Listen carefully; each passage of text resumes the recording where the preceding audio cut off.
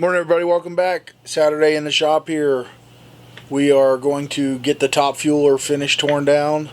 Really, I think all we have left is getting the front end off, tranny out, fuel tank out. I think that's it. Once we get those couple things done, we'll have a bare frame. Still trying to decide what I'm going to do with the frame. I'd like to have it sandblasted, but there's not really anywhere good around here that does it without kind of breaking the bank. So may try some paint stripper. Last couple times we've tried paint stripper, it seems like they've changed the chemicals in it or something. It just kind of sucks anymore and doesn't really work too well. So don't know. I wish we had one of those dip places around here where you could have them dip it, but again, I have no idea what that costs, and I just don't want to spend $500 or $600 getting a frame stripped. It seems a little excessive. So I don't know what we'll do from there, but plan is to get the frame stripped down. I'm curious to weigh the frame. I don't know why. I just curious what it weighs. I have a feeling it's going to be pretty light. And then we got the motor torn down the rest of the way during the week here, so we have our bare cases. I ran them in the ultrasonic to get them cleaned up, and we're going to try. I got some aluminum brightener, which is like a mild acid. A lot of guys use it on like semis and stuff to clean all their diamond plate off. I believe this will kind of strip the cases back down super clean, kind of as they were originally cast. That's my plan there, so we're going to try that. And if those come out nice, we may go ahead and get the flywheels back into the cases and kind of start the bottom end assembly. That'll probably be the extent of the assembly. Still waiting on the cam to arrive. We did get a couple of other parts in, but nothing else can go on. Well, maybe the oil pump and stuff. I'm trying to run over in my head. We still got to clean a lot of parts, so we may do some more parts cleaning. We got to get the oil pump all cleaned up. So if we get the cases together, possibly put the oil pump in and start looking at the cam chest stuff in anticipation of the cam arriving. So anyway, that's where we're at, but first things first, we're going to get this frame torn down, so we're going to get out in the shop. Alright, so we're out in the shop where we left off last week. We got our tranny, the rear motor mount, our fuel tank, bearing support, and the chain guard left on the frame, so these bolts were being a little stubborn, but we ended up getting them all loose. Had to use the impact gun on a couple and had to wedge a screwdriver on one. You'll see coming up here in a minute. That stuff's just been on here for a really long time. Plug welding was double knotted, so to prevent them backing out. But one way or another, we seem to have always get everything loose. You can see here I have the screwdriver kind of wedged in there because it was a double nut and there wasn't enough room to get a wrench on the inside nut, so I slid that in as a little kind of wedge lock. Here we're trying to break free the last two tranny mount bolts. Impact gun did not get it done, so we grabbed the ratchet, broke those free, and then we were able to get them back out with the impact gun. All this stuff is just really super filthy. Most of the hardware we're going to replace. I always like using stainless hardware whenever I do my builds, so wherever possible we'll do stainless. Last training mount bolt coming here. Again, impact would not break it free, so pop the ratchet in there, crack it loose, and then extract it with the impact gun.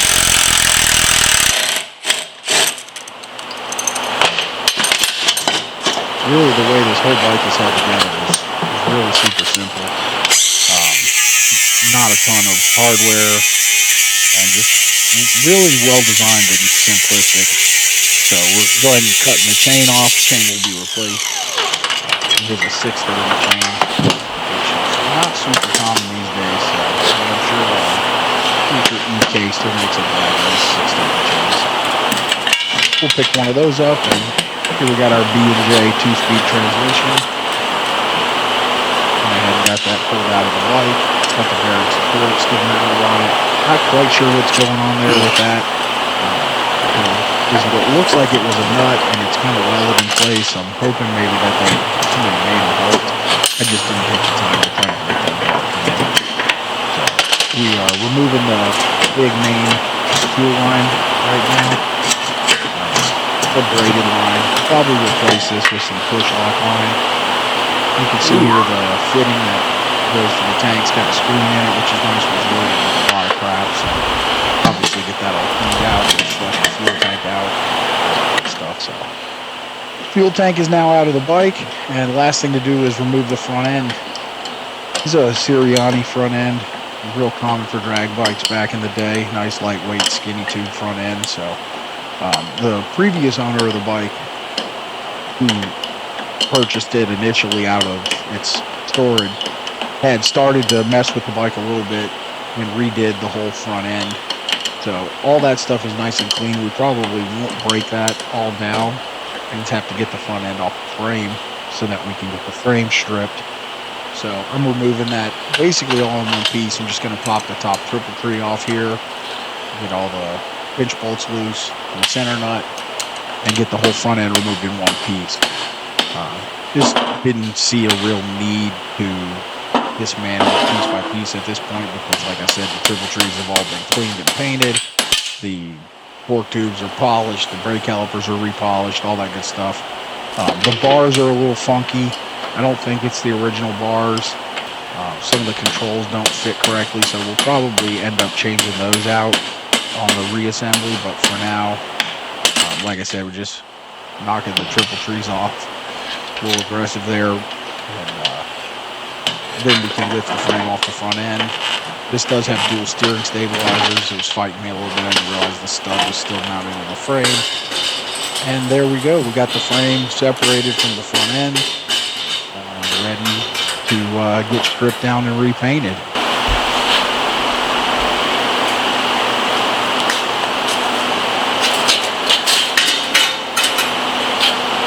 So not too bad. Got the frame torn down. I'm gonna guess this thing weighs about 28 pounds. And I don't know, we'll weigh it here in a little while and see what we come up with. But it's definitely a drag bike frame. It's lightweight.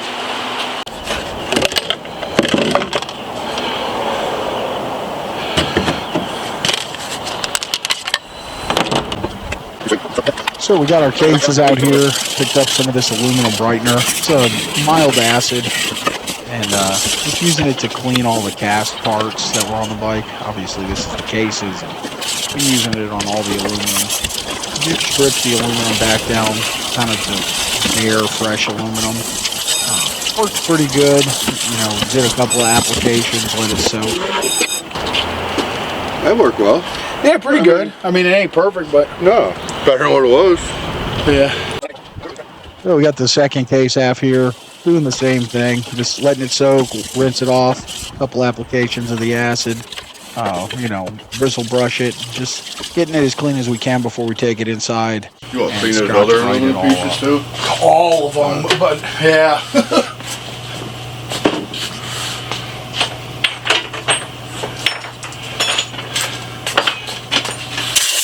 Once we got all the acid flushed off of the parts, just use the blow gun. Want to remove all the moisture. Obviously, there's a couple bearing races in these cases still, and a couple needle bearings, so we need to get those really super dry. Don't want to cause any flash rust in there.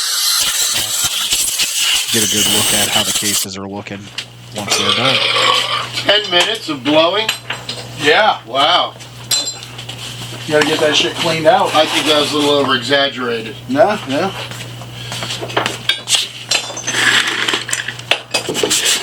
So, in being that this is a restoration, we didn't want to like polish the cases or anything crazy like that, but we wanted to be real nice when we take it to shows and stuff like that. So, went ahead and decided.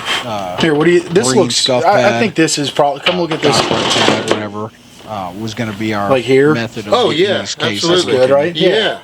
as fresh and good as Yeah. possible. You know, they are Yeah, the probably grease and 40 oxidation years and old. just get down to So the they're never Yeah, going to be absolutely. perfect. We're not really shooting for perfection. We're just wanting it to look like when it was built. Most drag bikes, at least in my experience, are not overly show. Some guys do take a lot of pride in their bikes, and it always looks good. But like I said, just polishing and stuff like that didn't make a lot of sense. We're trying to have them just be the cast finish that they were when they were new. So it's a tedious process, but to me, it's worth the effort. This bike is a cool piece of history, and we want to breathe some new life into it. That's why we're going through all this. So took our time and got everything cleaned up as best we could, and then we were ready to start getting flywheels put back in.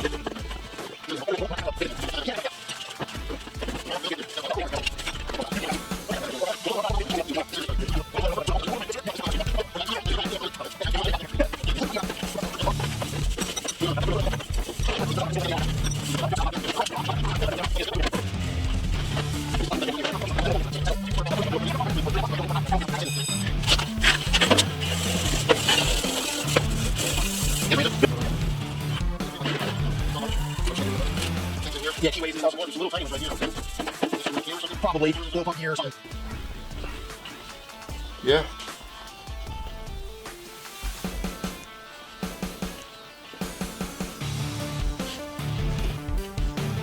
So once we were happy with the finish on the cases, went ahead and headed over to the workbench. Slim, what are you Got doing? our flywheels held in the vise. The Timken bearing set up here, so getting a little assembly lube. I like to use Lucas oil stabilizer for my assembly lube. It's always worked really well for me. Sticks really good to whatever you apply it to, and um, just works great. So we got our Timken on, our Timken spacer. Went ahead and dropped the left-hand case on. Gonna wipe off our other Timken, get some assembly lube on that, and then drop it down and kind of press it as far as we can get it onto the shaft before we install our bearing press tool, which will walk the Timken down the shaft without any force. You don't want to mess with your flywheel banging or hammering on there, so these tools are really super handy, and as far as I know, the only good way to do this. I guess there could be another way, but for me, this is how we always do them, and it always works out really well. So.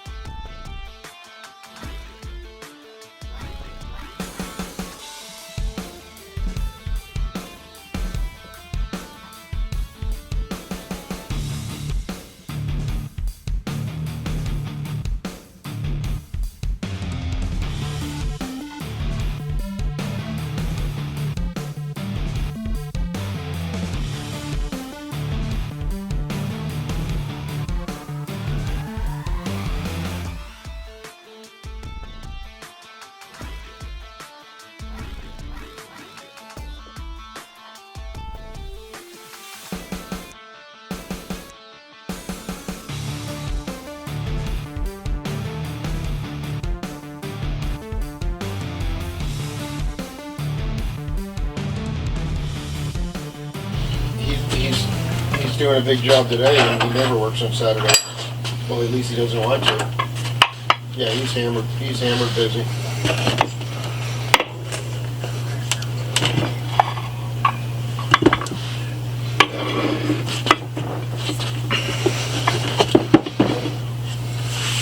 So we got the left-hand case set up in our little case block. Just a little wood setup I made. Getting some assembly lube on the pinion shaft rollers. And next up, we will start putting some Permatex Forma gasket on the case halves. This is what's used to seal up the left and right case half. There's no gasket, just a nice machine surface. So I apply a thin film of this to either side of the case, let it tack up for a little bit, and then we will join the cases together.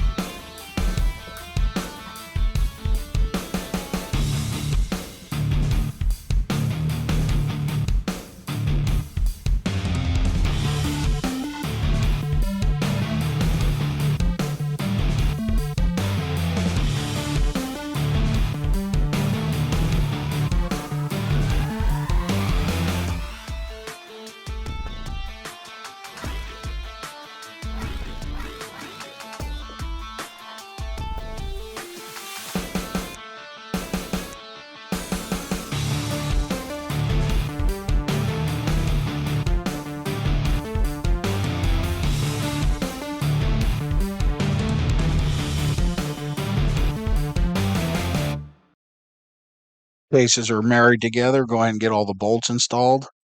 Use case has got a nice setup. They take socket head Allen screws that screw in flush with the case, so you don't have any hardware hanging out like you would on a regular standard Harley case where you got a bunch of nuts sticking out either side.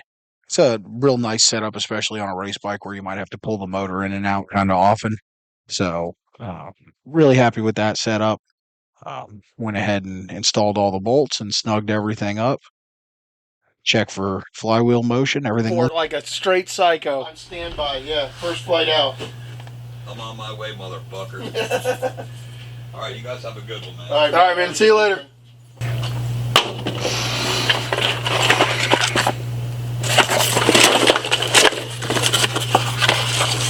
gonna watch a video from yesterday. What's that? I gotta watch a video from yesterday. Oh, yeah.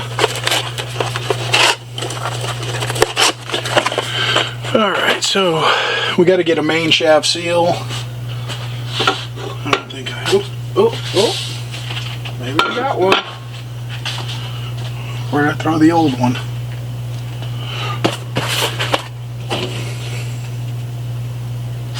Nope. Alright, well, I thought I had one, but it looks like... Oh, probably got one in this shovel head gasket kit, but I don't want to open that whole kit up for one seal, so pull over a seal.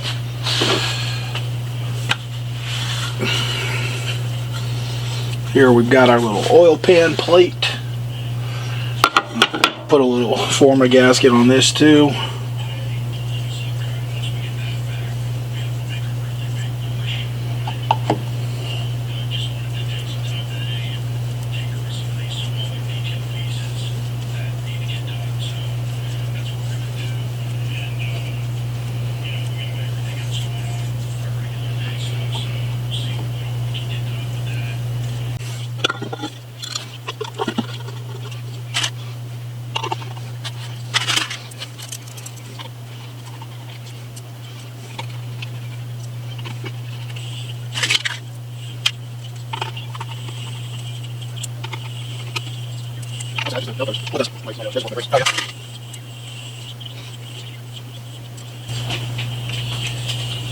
Oh, I found my SNS cover over there too. Oh yeah, sweet. Why is that sweet, John? I don't know. Because you get to keep the one that I got? You know exactly why it's sweet, you bastard.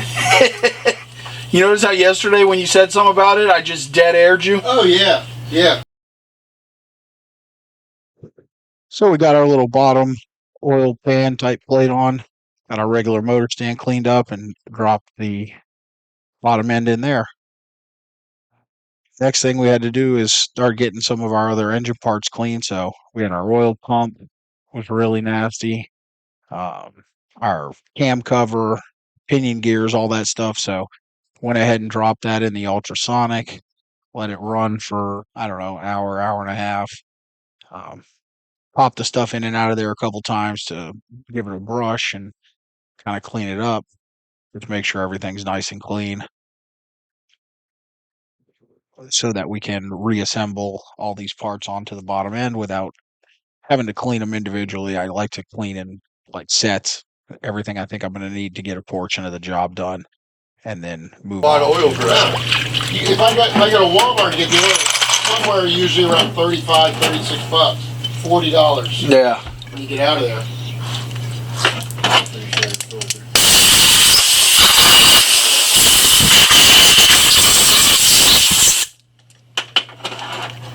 Damn. So next step, we're going to go ahead and get the oil pump installed. Put a little assembly lube in the oil pump drive shaft bushing in the case. Went ahead and slid the first part of the oil pump in, and then we'll have to fit the oil pump drive gear. It's a little bit of a tricky deal. You have to slide the oil pump in partially, then slip the gear into place, and then slide the oil pump in the rest of the way, all while keeping the keyways lined up with the key inserted. So it's a little bit of a tedious job. Took me a few times. Kept knocking the key out. My Cooney. Probably Instead of plugging Makuni? the key back My in Cooney? with a tweezer. it's a bit of a pain in the ass, but eventually we got it all in there. Once you get the keyway set, then I can slide the pump body all the way in with the gasket, install a couple of the bolts loosely to hold that in place while we get everything else, aligned. And then we have to install a snap ring on the end of the oil pump drive shaft inside the cam chest, just to keep the drive gear from being able to walk off of the drive shaft. So again, it sounds a little bit more problematic than it really is. It's not terribly hard. It would probably be easier if I had smaller hands. Like I said, I'll either use usually a needle nose or a little set of tweezers to kind of just work everything into place. But it's very easy to check. You can spin the oil pump when you have the faceplate off and make sure that the gear and all is engaged like it's supposed to be.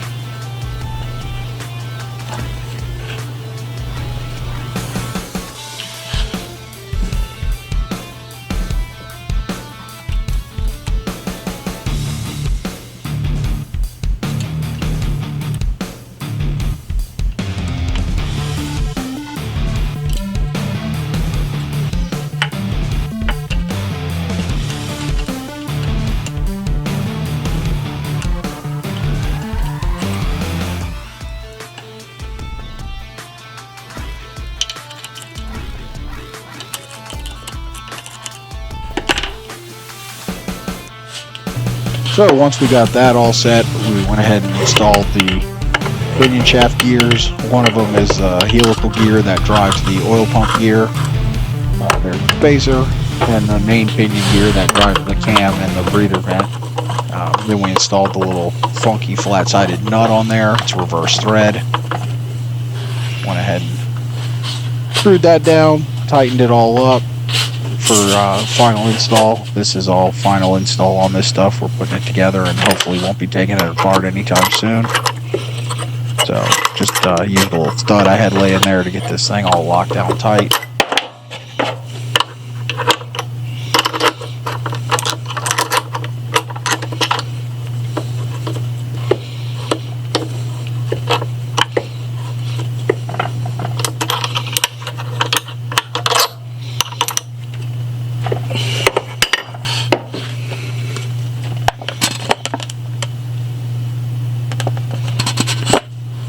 So just putting a little assembly lube in the inside cam bearing, and it's a little hard to get in there, but got a little on my finger and wiped it in there. We don't have the cam yet, so we're not putting that in. I do have the breather gear, which also was run in the ultrasonic when we were doing all the other pieces. So we're getting that all wiped off and ready to install. See the outside oil pump plate here, which has your fittings for the feed and return line. So went ahead and slid that on, fresh gasket, Allen screws, and get that all snug down. This is all basic standard stuff like you would do with any Evolution motor rebuild. So obviously it is a big set of stroker flywheels, but other than that, there's no real difference in how you would assemble this motor versus a regular standard 80-inch Evo Street motor up until this point. Once we get into some of the other things, there's obviously going to be some differences, but there you see our breather gear. It's a aftermarket replacement metal gear. I can imagine you would not want to run a plastic gear. I normally don't run the plastic gears in any of my motors I build, but if I was going to, it would certainly not be in one of these motors versus, say, a stock motor. All right, guys, that's going to be it for today. Pretty happy with the progress. We managed to get the frame completely stripped down, and we got the bottom end together. Or part, flywheels in the cases, oil pump on, pinion shaft gears on. So, still waiting on our cam. We got a bunch of parts cleaned up. Matt cleaned up a couple of the other aluminum parts, but really happy with the progress. The motor, essentially was just a tear down, cleaning, and inspection. The only thing we found with any sort of damage at all was one of the piston rings was cracked. So I sent off one of the sets to Total Seal Rings So hopefully they can find us some matched up rings, and we'll be ready to start reassembling the top end on this thing. And the cam should be here this week. We'll get the cam chest together, and then we're going to have to start making some stuff. The fuel pump drive that bolts on the end of the cam was missing. The distributor drive base, or not distributor, I don't know, whatever you want to call it. The ignition drive system was stolen off this motor, so that kind of stuff we're going to have to replace. That'll be a little bit of figuring and such. And then we got to figure out what we're going to do as far as getting the frame stripped. Once we get the frame stripped, we're going to get it repainted. Going to go back with how it was. And once the frame's painted, we'll bring it up here into the assembly room and start putting stuff back together.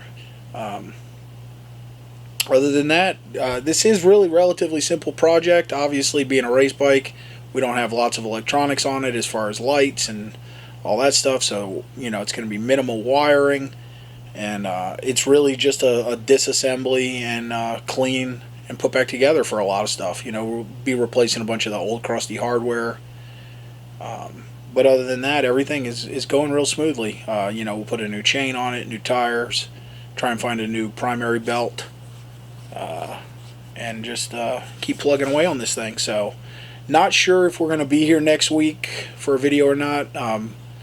My wedding is a week from tomorrow, so I'm not sure if I'm going to be here on Saturday or not. I got family, a lot of family will be here. So this may be the last video for a couple of weeks, as the following Saturday I'll still be on my honeymoon, hopefully. We're supposed to be going to the Biltmore in North Carolina, and they sustained a lot of damage, it looks like, from the hurricane, so hopefully they'll have some of that stuff cleaned up and we can get up there and enjoy our honeymoon and spend a little money in a area that probably could use it right about now, so people can get back to work and rebuild their lives. We've been through that down here and it's a mess, so be happy to get up there and hopefully help some of those people out. And then we'll be back, and we're super nearing the 24-hour build. That's coming up here right about 30 days away, so that is really poor planning on my part, probably, for all this stuff going on so close together. But anyway, that's the plan. So when I do get back, we'll have, I think, 2 weekends. Both of those weekends we'll probably be doing prep for the 24-hour build, and then the third weekend, or right before the weekend, the 31st of October, we're going to start on that build from the 31st to the 1st. So that's where we're at. That's the update on everything that's going on, if anyone is still watching and cares. And I hope you guys are really enjoying this Top Fuel build like we are. One other little thing I want to mention, we got a couple feelers out. Really enjoying this, and I want to try and find a vintage 4-cylinder Kawasaki, most of them were, I believe, or Suzuki, if anybody knows or finds anything. Oh boy. Fuel bike from the 80s. Shut your mouth, though. What are you oh boying? Oh boy. Oh boy, yeah. Tom decided he hates drag racing and hates drag bikes. Not true. Yeah, that's exactly what he said yesterday. He also said he likes back-end gifts. I'm not sure what that means. Oh! Rebates. Yeah, he meant rebates from his phone company, but he called it a back-end gift, so I'll let you guys be the judge on that one. Allegedly. Oh, no, not allegedly, because I got you to say it again today, and I have it recorded. I think you said it. You repeated it, though. And I can isolate that soundbite. So, anyway, guys, again, appreciate you guys spending your time with us, hanging out with us. Hope you're enjoying what we're doing. And if you see any cool old vintage drag bike stuff for sale, please let us know. I'm really enjoying this stuff a little bit more than the chopper builds these days, so I'm going to try and transition a little bit to doing some more of this stuff. Just what I'm finding fun in these days. So appreciate you guys being here, and we hope to see you next time at Gattis Garage.